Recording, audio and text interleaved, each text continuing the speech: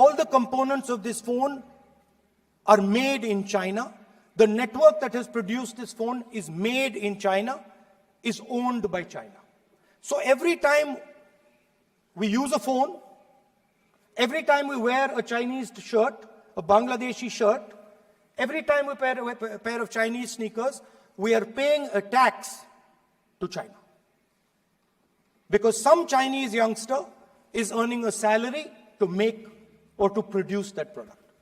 So the first message I would give in a presidential address would be that India has to focus completely on production. Because if we do not focus on production and we continue to focus only on consumption, we will find that we will run huge deficits, we will increase inequality, and eventually we will run into a serious problem. Social problem because of unemployment, which we are already facing. If you look at the numbers of the amount of people who are in jail, if you look at the numbers that are spent on internal security, if you look at the numbers spent on our police forces, they're all spiraling. They're all rising. And everybody understands that social tension is on the rise in India. So now the next question comes, okay, so where is this employment going to come from? What is India going to produce? And for that, I'd like to tell all the youngsters of this country that there is a revolution taking place, an exciting revolution. The world is transforming completely. And the change that is taking place, at the heart of the change that is taking place, we are moving from the world of the internal combustion engine to the world of the electric motor. We are moving from petrol to batteries. We are moving wind, solar, potentially nuclear energy. So our entire way of moving is changing. And this is going to change every single thing. It is going to change warfare.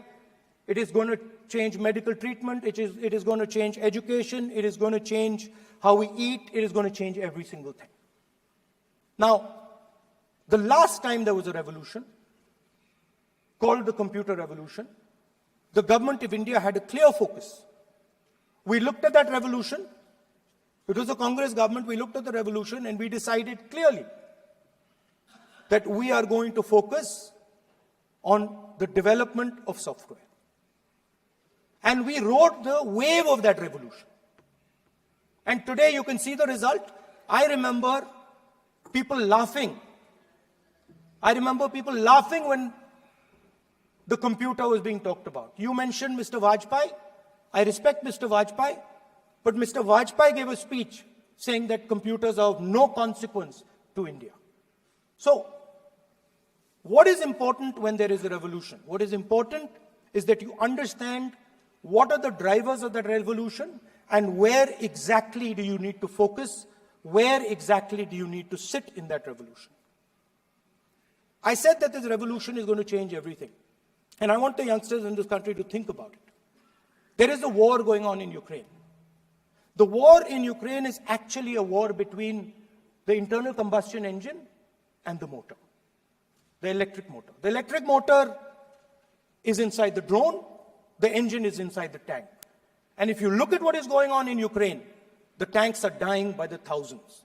And small little drones with electric motors, small batteries, not much bigger than that, are destroying the entire tank artillery infrastructure of both Ukraine and Russia. So the drone is the electric motor. The drone is the battery.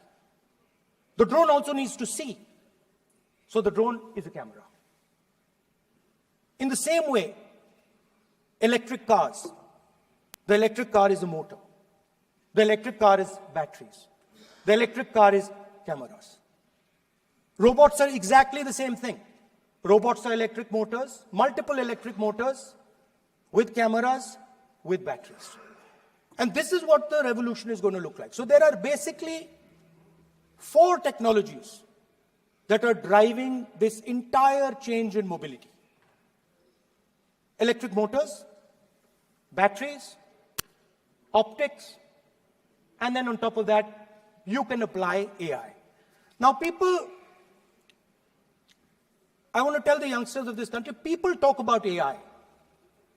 But it's important to understand that AI on its own is absolutely meaningless. Because AI operates on top of data.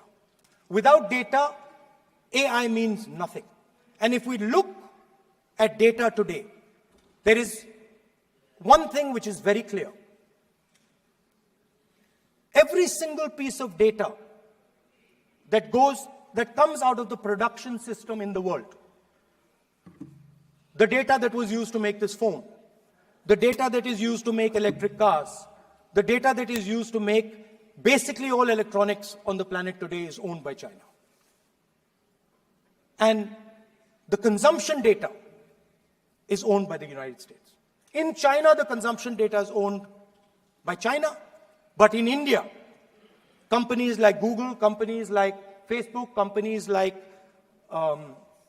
Instagram, X, they own our consumption data. So if India wants to talk about AI, it has to first answer the question, what data is going to power that AI? And the answer today is India does not have that data. Neither does India have production data, neither does India have consumption data. We have handed our consumption data to the big American companies, and the production data we don't have anyway. So what would that vision look like? The first thing, we would start getting youngsters excited about this revolution. We would start to introduce the idea of a completely new way of moving, a complete revolution in how things move. We would start teaching our children in schools about batteries, about electric motors, about how these things combine, about how drones, robots, electric cars are structured, how they will work together. And most important, we have to start building a production network so that we can get access to production data. Now, what would we focus on? We would not give you a laundry list. China has at least a 10-year lead on India in this space. China has been working on batteries, robots, motors, optics for the last 10 years, and we are behind. So what would our president's address say to the youngsters?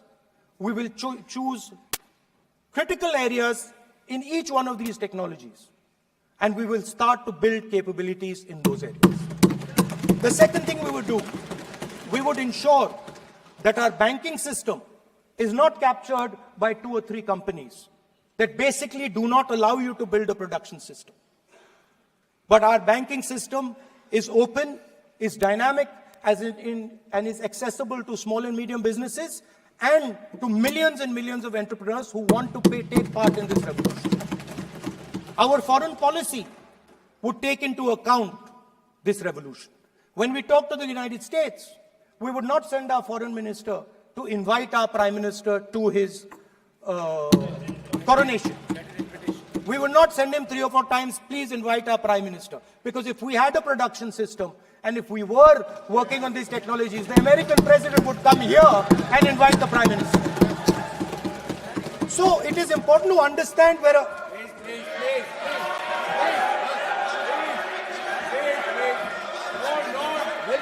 foreign policy.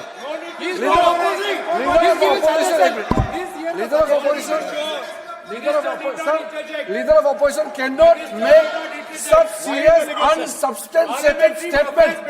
This is related to the relation between 2 countries. And he is making an unverified statement about invitation of the Prime Minister of our country. It's matter of our dignity. How can you make such kind of statement? He is leader of opposition, sir. He should be responsible in making such statement. Sir. LOP is giving a very... This is not appropriate, sir. Why they are worried, sir? For the country, he is giving... Leader of opposition has the information from any official source. He must inform the House. If leader of opposition has the information, please inform the House. Okay. Who has told you that foreign ministers visited for the purpose which you have mentioned. You must specify it. So, I'm sorry that disturbed you, that question. I apologize for disturbing your peace of mind. It's okay. I've apologized. I've apologized for disturbing your peace of mind. I'm sorry. Apologize for lying to the house. ऐसा नहीं होता है. तो serious होना चाहिए leader of opposition को. Leader of opposition must be serious. It is the matter of the nation. At least be one when it comes to the whole country. We should speak in unison, in unity. This is not the statement to be given by leader of opposition. This is a very serious issue.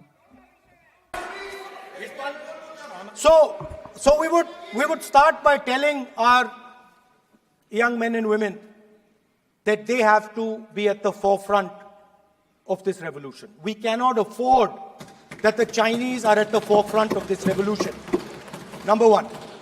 Number two, we would ensure that the absolute best experts on these technologies would talk to our students, would talk to our youngsters, and guide them on what a future, on what these future technologies are going to do. We would make them partners in this revolution. Now, we talk about defense. And today, we have the Chinese. And the Prime Minister has denied it. And the army has contradicted the Prime Minister. It's true. The Prime Minister has denied it. The Prime Minister has denied it. And the army has disagreed with the Prime Minister that China is sitting on 4,000 square kilometers of our land, of our territory. ऐसा इस सदन में अब मन चाहे बात नहीं बोल सकते हैं. ये bill You cannot make arbitrary statements in the House. This is a very serious matter. You are talking on foreign policy, you are talking on border issues. You cannot speak like this. And you are making fictitious stories. This is a serious matter.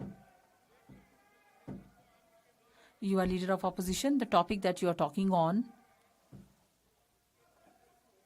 please verify the facts. Yes, you have to put the facts about which you are speaking on the table of the House. We will be listening to what he is saying. It is your right to speak. But how can you speak arbitrarily without any verifying any facts on such a serious issue? You will have to put the facts on the table of the House on what you are saying. On such a matter, you will have to speak. You will have to be serious. You cannot take this serious issue like this.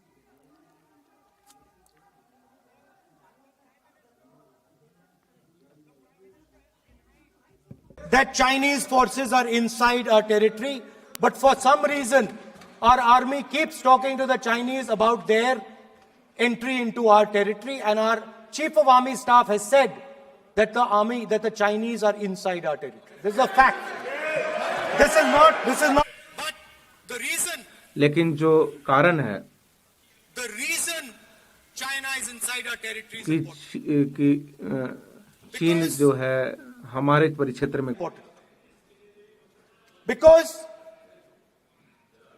people think that wars are fought between armies and their weapons.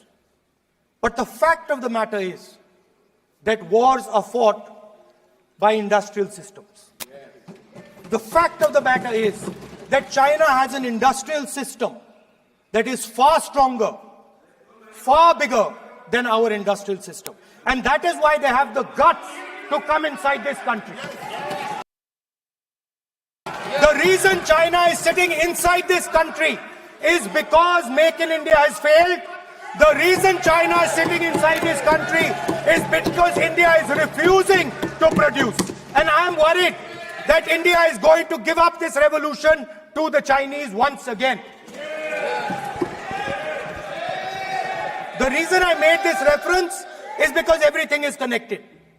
If and when we fight a war with China, we will be fighting with Chinese electric motors, Chinese batteries, Chinese optics, and we will be buying Chinese motors, Chinese optics, Chinese batteries. It is a non-sustainable proposition.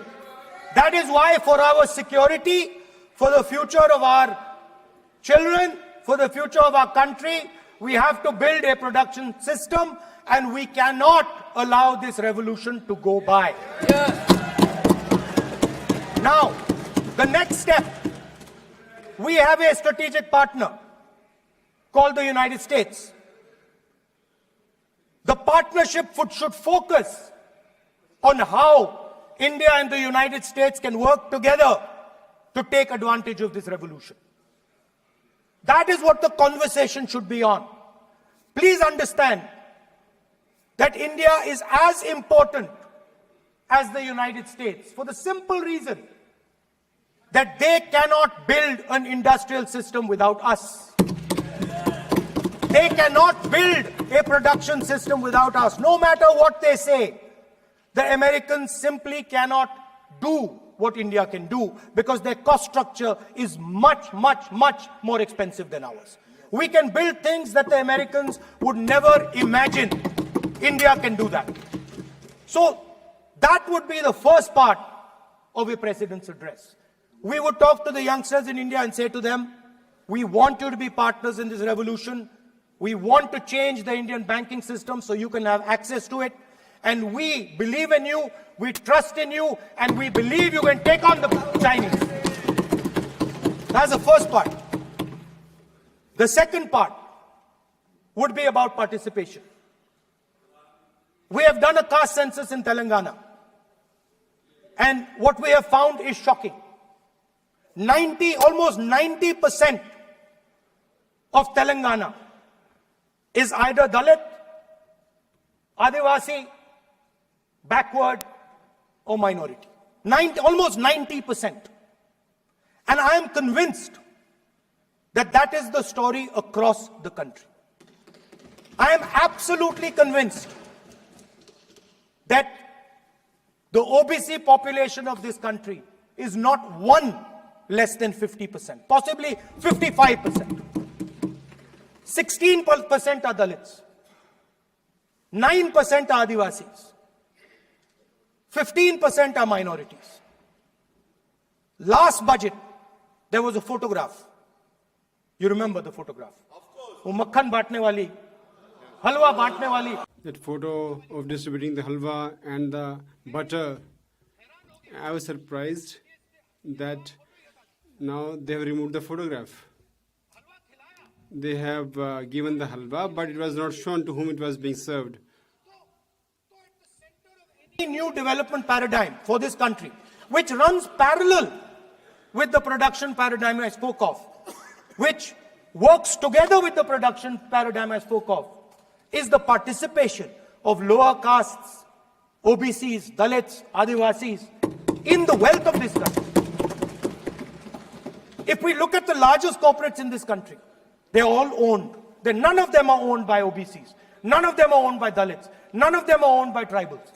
If we look at the biggest media companies that support the Prime Minister, every day we see the Prime Minister's pleasant face, smiling face on these media. None of them are owned by OBCs. None of them are owned by Dalits. None of them are owned by Adivasis. This is the fact. So central to any new development paradigm is the architecture of a new paradigm. And that architecture of the new paradigm can only be built once the caste census is placed on this table. Because once the caste census is placed on the table, we will know exactly how much of this country's wealth, how much of this country's power, how many of this country's institutions are owned by 90% of this country. There are OBC MPs in the BJP. There are OBC MPs in the BJP. There are Dalit MPs in the BJP. There are Adivasi MPs in the BJP. Remember, you are OBCs, you have 50% of the population, and you have absolutely no power. I know that you're sitting there and you cannot even open your mouth. That is the truth of the country. प्रधानमंत्री का चेहरा आपको दिखाई नहीं देता है। जाति जनगणना, प्रधानमंत्री का चेहरा आपको दिखाई नहीं देता क्या? आर्किटेक्चर, आप अंधे हो गए हैं क्या? participation, revolution in this country that we're going to bring. चेहरा नहीं दिखता है। ये अंधेरा हो गया है। पार्लियामेंट में है। ये कुछ दिखता नहीं है। They cannot say anything.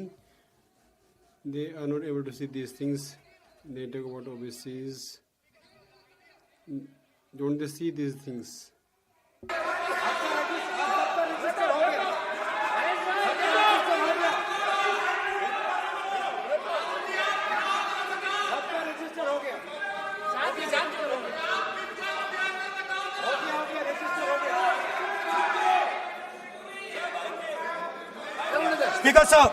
Speaker sir, so the idea is, on one side, allow India and the Indian youngsters to participate in the coming mobility revolution. Allow them to participate in building robots, in building drones, in building electronic items, in building EVs. And on the other side, running parallel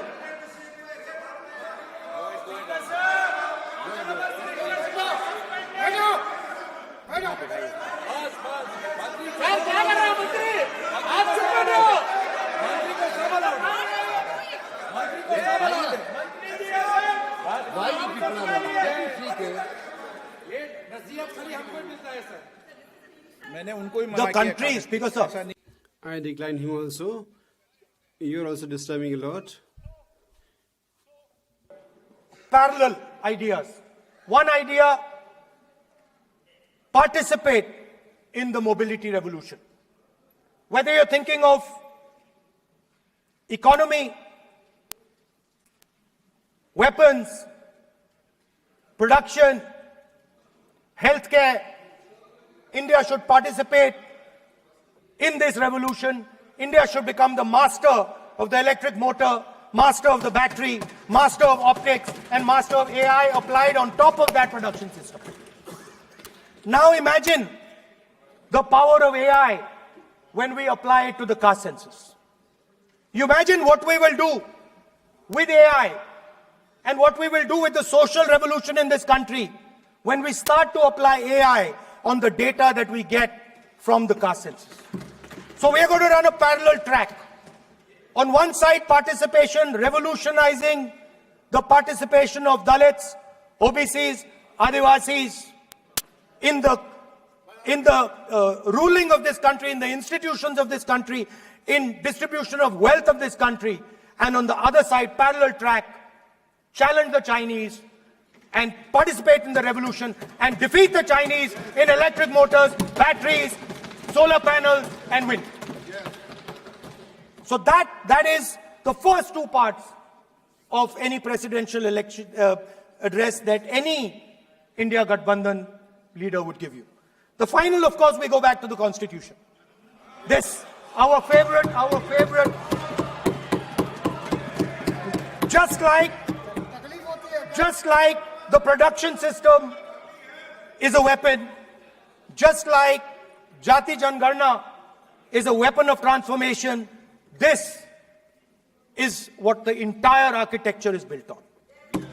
I remember before the elections, all of you were saying 400 par, and you were saying you would change this. And then I was glad to see that the Prime Minister walked in and then was forced to bow his head in front of the Constitution. It was a moment of pride for all Congress people that we had explained to the Prime Minister and to the whole country that no force will dare touch this. I know that the RSS has never accepted this. Mohan Bhagwatji has said that India didn't get independence in 1947. He has said that this constitution is meaningless. I know that that is at your heart. We will never let your dream come true. This constitution is going to rule India always. Now, एक minute. Just 1 minute, please. Pause for a minute. आप प्रतिपक्ष के नेता You are the leader of opposition. I request you that the subjects which are put forth by you, they should be on the basis of facts. It will be proper. And earlier also I told you, and the members who do not belong to this house, they should be discussed here. You may please comply with the rules and conduct of the business of the house. Mohan Bhagwan ka state. Sir. Please don't put on blame. sir, one second. We will authenticate. Speaker, sir. We will authenticate. Speaker, sir, Mohan Bhagwatji made a statement saying that India did not receive independence in 1947. It received independence when the Ram Mandir was inaugurated. We will place that on the table. Now, sir, I would like to mention one small thing, but very important thing. Speaker, sir, this constitution is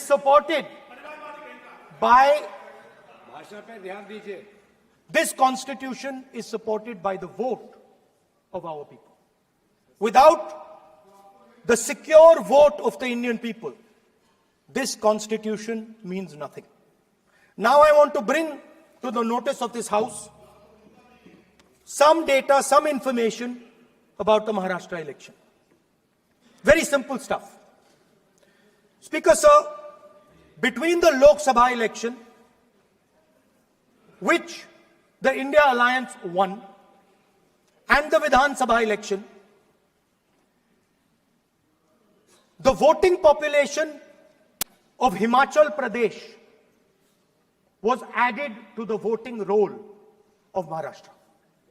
Meaning the entire population of Himachal Pradesh was added to the voter rolls of Maharashtra. Please understand what I am saying.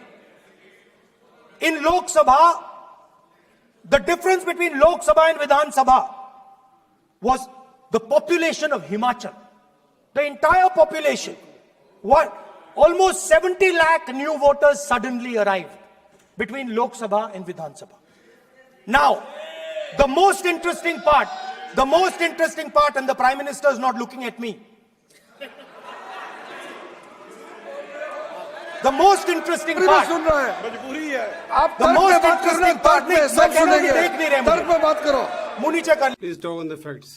He made this face down.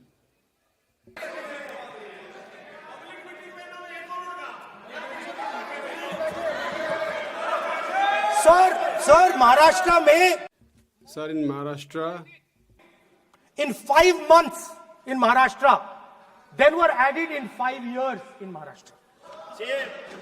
जितने 5 साल में the numbers which were added in 5 years, more than that were added in 5 months after Lok Sabha elections. एक building है sir, There is one building, sir, in Shirdi. In one building, 7,000 new voters were added from one building. In one building, 7,000 more voters were added in the list. मैं कोई Sir, I am not casting any allegations. I am not leveling any allegations. I am just saying, sir, that in this, there is something problematic in this, that the whole state of Himachal Pradesh, the number of voters where they are, they come into this list of Maharashtra. What we are saying that we have told repeatedly to the election commission हम आरोप नहीं लगा रहे that we are not leveling any allegations. You do one thing, that you give the list of Lok Sabha voters, name, address and electronically should be given to us. And during this assembly polls, during the assembly elections, नहीं, you are wrong. Speaker sir, no, Speaker sir, they know a verification has been done. I would like to make it clear, sir. Speaker sir, I would like to clarify that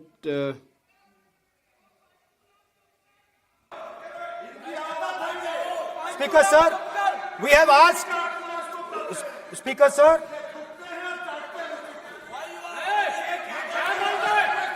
Speaker sir, we are asking this question. We are asking this.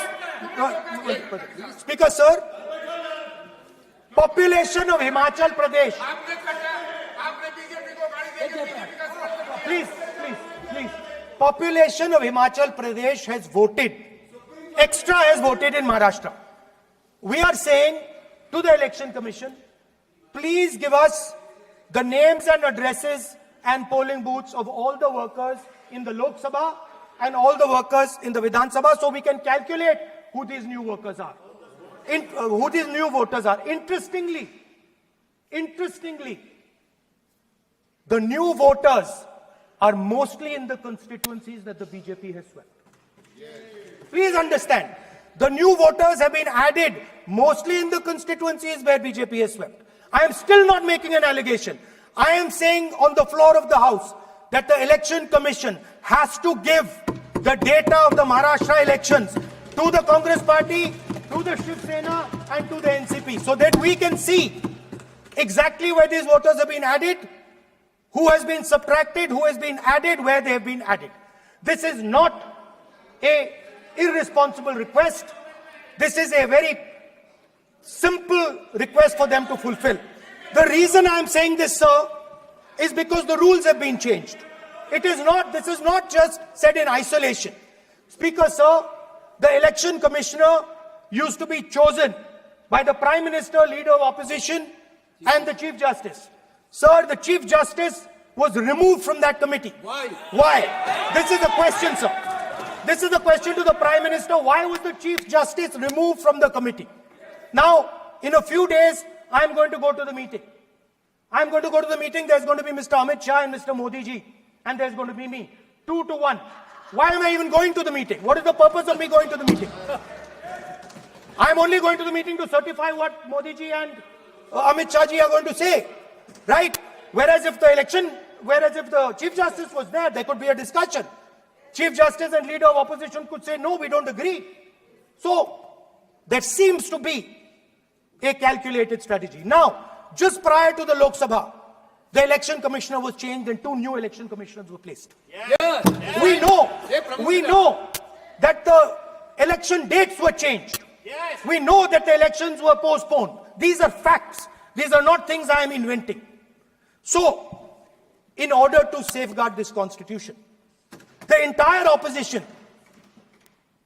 requests the data for the Maharashtra election.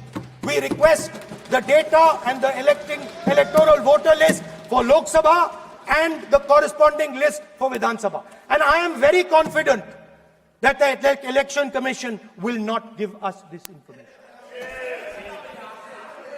Speaker, sir, that is broadly.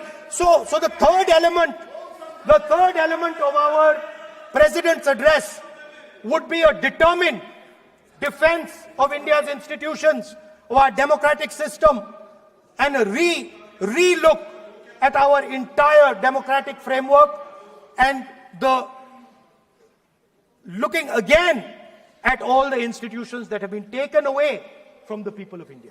So those would be the type of things that we would say in a presidential address. I'd like to finally say one thing.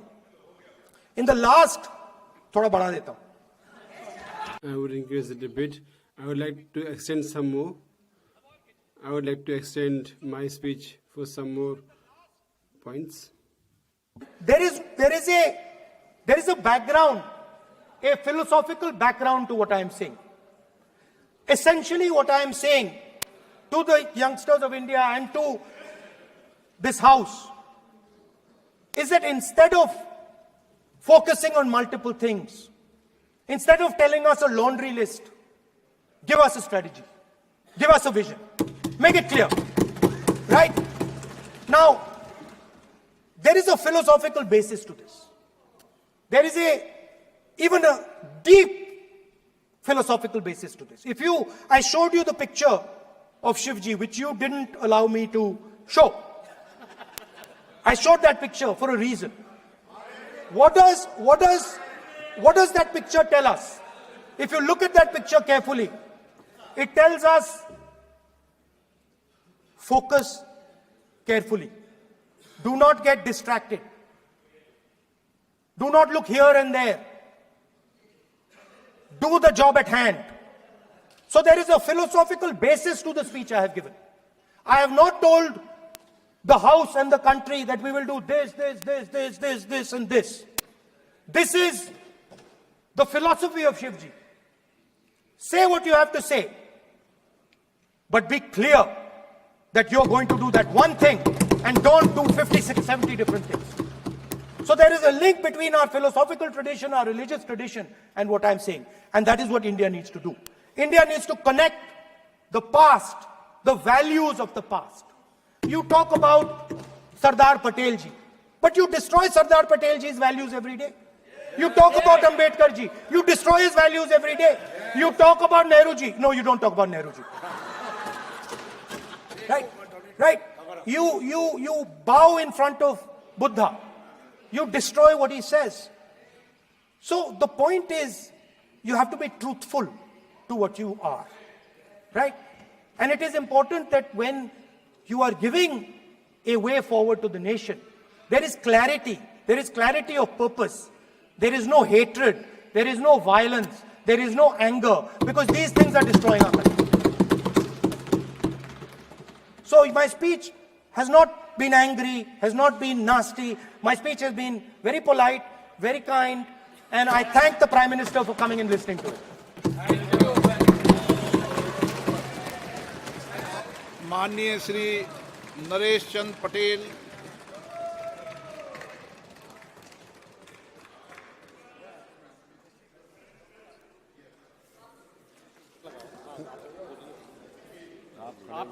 माननीय सभापति महोदय, Honorable Speaker, sir.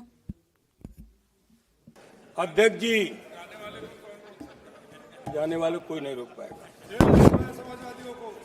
आप तो अपना भाषण दीजिए। महोदय,